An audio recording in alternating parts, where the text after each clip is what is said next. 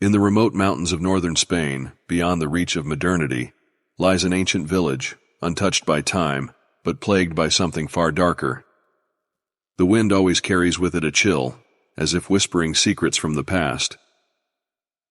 To the villagers, those whispers were warnings, reminders of an old, terrifying legend. The name El Sacamantecas lingers like a curse. The stories say he was once a man, but in time, he became something far worse, a monster driven by madness and a grotesque hunger. They say he roamed the mountains and forests at night, hunting for his prey.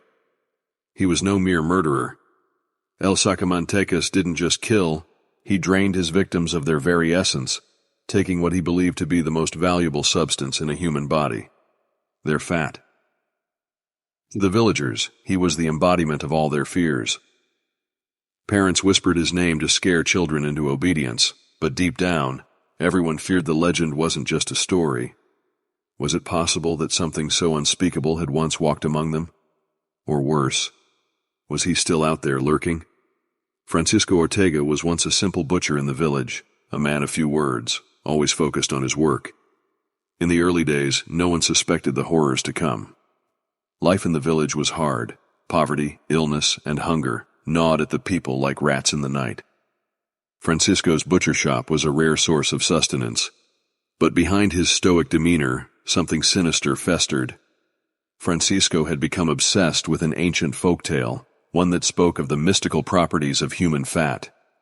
According to legend, it could heal wounds, cure diseases, and even bring eternal youth. As the townspeople fell sick from disease and famine, Francisco's mind darkened. He began to see his neighbors, his customers, not as people, but as a resource, flesh that could be harvested.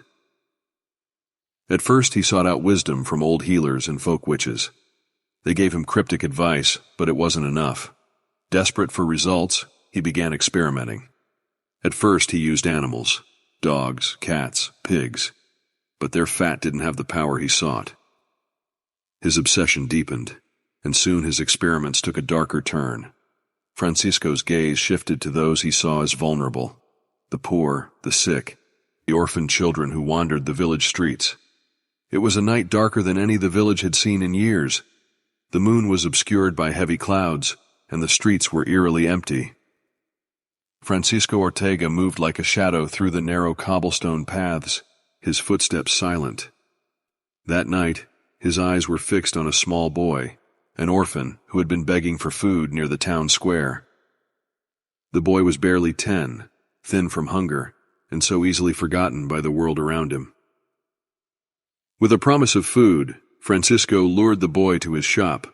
The butcher's cleaver hung on the wall, glinting faintly in the dim candlelight. Francisco worked quickly, his hands trembling with both fear and excitement. The boy never had a chance to scream. What Francisco did next would haunt the village for generations. He drained the fat from the boy's body, storing it in jars as though it were the most precious treasure. By morning, the boy was gone, his body discarded in a ravine outside the village. The villagers searched, but there were no answers, only suspicion. Whispers began to grow, fear spreading through the streets like a wildfire. People began locking their doors and warning their children not to wander after dark. No one spoke his name yet, but the old stories crept back into their minds. Could it be? Would El Sacamantecas have returned? In the weeks that followed, the village was gripped by a new fear. The disappearances became more frequent, always children, always the forgotten ones, those with no one to protect them. The villagers grew paranoid. They no longer let their children out to play after the sun dipped below the horizon. Even in broad daylight, the streets felt empty and cold, as if a shadow loomed over the village. Superstitions began to grow. People hung garlic on their doors and wore charms to ward off evil spirits. Old women muttered prayers to ancient gods, their hands trembling with fear. They knew, deep down, that this wasn't the work of a mere man. Some said Francisco had made a pact with the devil, trading his soul for the power to harvest human fat. Others believed that he had become possessed, no longer a man, but a demon wearing his skin. At night, the village was silent, except for the occasional chilling sound of footsteps in the distance. No one dared look out their windows to see who it was, for they already knew the answer. El Sacamantecas was hunting. Among the fearful was Maria, a widow who lived on the edge of the village with her only daughter, Rosalia. Since the death of her husband, Maria had done everything to protect her little girl.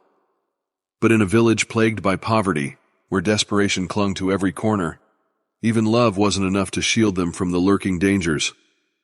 One night, as the wind howled outside her small house, Maria woke with a start. There it was again, the sound of creaking floorboards. Panic surged through her veins as she leaped out of bed and rushed down the narrow hallway to Rosalia's room. Her heart pounded as she pushed open the door. The room was cold, the window wide open, letting in the biting night air. The bed was empty. In the distance, through the fog, Maria saw a shadow, a figure slipping into the darkness, carrying something small, something fragile. Her blood turned to ice. Her heart shattered as she realized what had happened. El Sacamantecas had come for her daughter. Maria's cries echoed through the village that night, piercing the silence like a blade.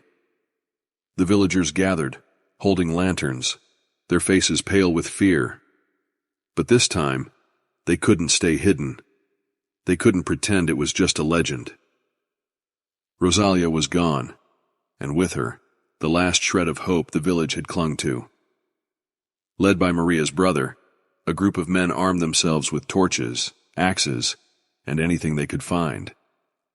They swore they would find Francisco Ortega and bring him to justice. For hours they combed the woods surrounding the village, their torches flickering in the darkness. The trees seemed to close in around them, the thick fog swallowing their path. Every snap of a twig, every rustle of leaves, sent their hearts racing. As they pressed deeper into the forest, the air became thick with the smell of decay. They knew they were getting close.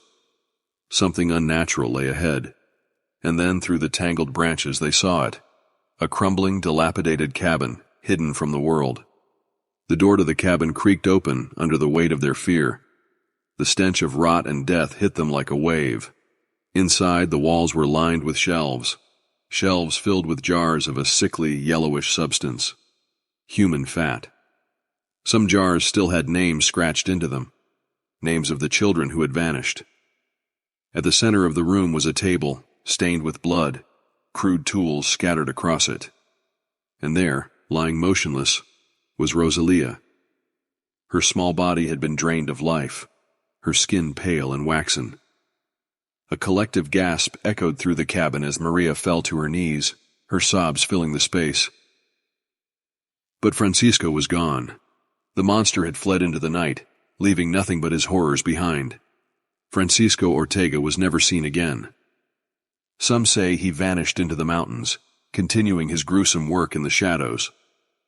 Others believe he met a darker fate, consumed by his own madness, transformed into something no longer human. An immortal creature, forever driven by his unholy need for human fat. The villagers tried to move on, but the scars remained. Every child's disappearance, every unexplained shadow